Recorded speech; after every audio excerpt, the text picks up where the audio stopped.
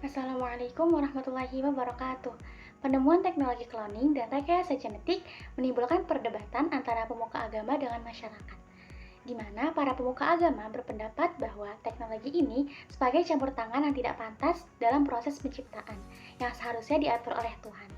Sementara pemuka agama yang lain yang lebih terbuka menilai teknologi ini dapat bermanfaat dalam mengatasi masalah kesehatan dan dapat menjadi anugerah bagi manusia apabila digunakan dengan bijak atau tidak disalahgunakan.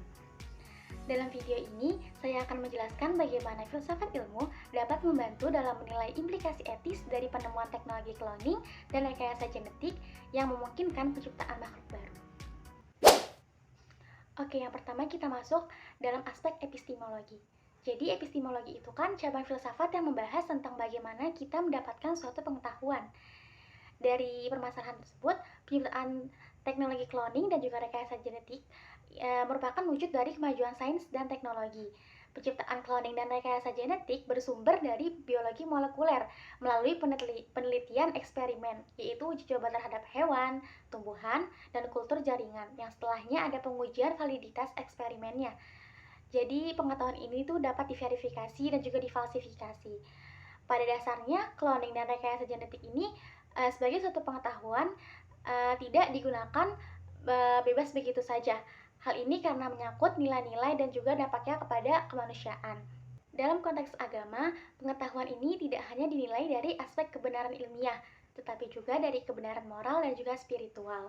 Dari perspektif agama yang mana sains harus sejalan dengannya, penciptaan ini harus terus diuji validitasnya agar tidak melanggar syariat agama. Yang kedua dari aspek ontologi, yaitu hakikat dan juga esensi pengetahuan. Hakikat dari teknologi cloning adalah menciptakan individu yang secara genetik identik dengan individu yang lain. Jadi ini tuh menggunakan sel somatik atau sel yang berasal dari selain sel reproduksi, seperti sel kulit, sel darah, sel saraf, ataupun sel tulang. Cloning tuh pada intinya adalah untuk memperbanyak atau menggandakan materi genetik dari suatu organisme. Sementara rekayasa genetik itu memodifikasi DNA suatu organisme guna memperoleh sifat yang diinginkan.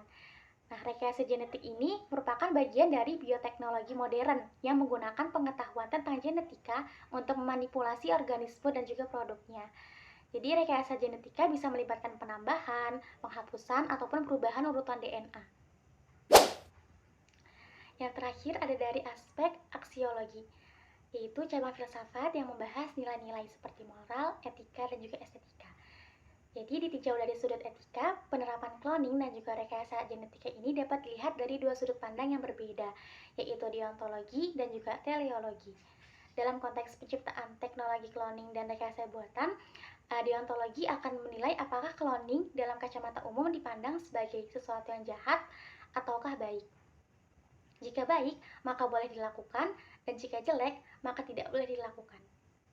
Sementara teleologi menilai cloning dari segi akibat yang ditimbulkan atau tujuan yang akan dicapai dari cloning tersebut. Apabila tujuannya baik, maka boleh dilakukan. Dan sebaliknya, jika tujuannya buruk, maka tidak boleh dilakukan. Sejalan dengan nilai-nilai agama, apabila sesuatu lebih banyak menimbulkan kemudaratan daripada kemaslahatan, maka hal itu diharamkan atau dilarang. Prinsip la doror wala dirar yang artinya tidak boleh membahayakan diri sendiri atau orang lain, dijadikan acuan etis dalam perspektif agama. Pada dasarnya, teknologi cloning dan juga rekayasa genetika ada karena perkembangan teknologi dan untuk kemaslahatan manusia. Tetapi perlu digarisbawahi, untuk teknologi cloning tidak boleh dijadikan untuk penciptaan manusia sendiri, karena dalam perspektif agama dapat mengaburkan batas antara penciptaan ilahi dengan manusia. Selain itu, karena lebih banyak menimbulkan kemafsadatan daripada kemaslahatannya.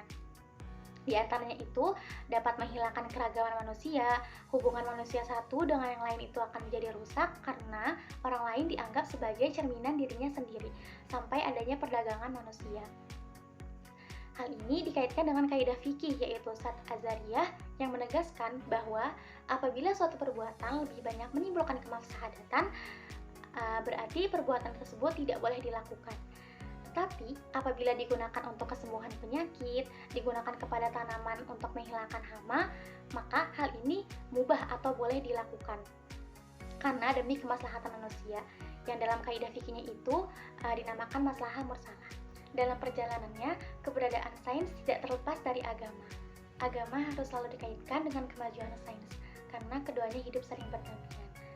Sains dan teknologi juga tidak boleh bertentangan dengan agama, agar tidak kehilangan arah dan tujuan, serta tetap berpihak pada kemanusiaan dan juga keadilan.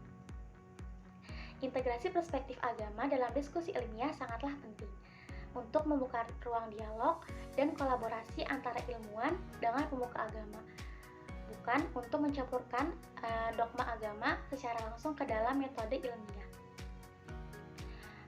Integrasi tersebut bisa dilakukan dengan forum diskusi untuk membahas standar moral atas teknologi baru yang nantinya hasil diskusi tersebut disebar dalam bentuk artikel ataupun forum publik. Sekian, terima kasih. Wassalamualaikum warahmatullahi wabarakatuh.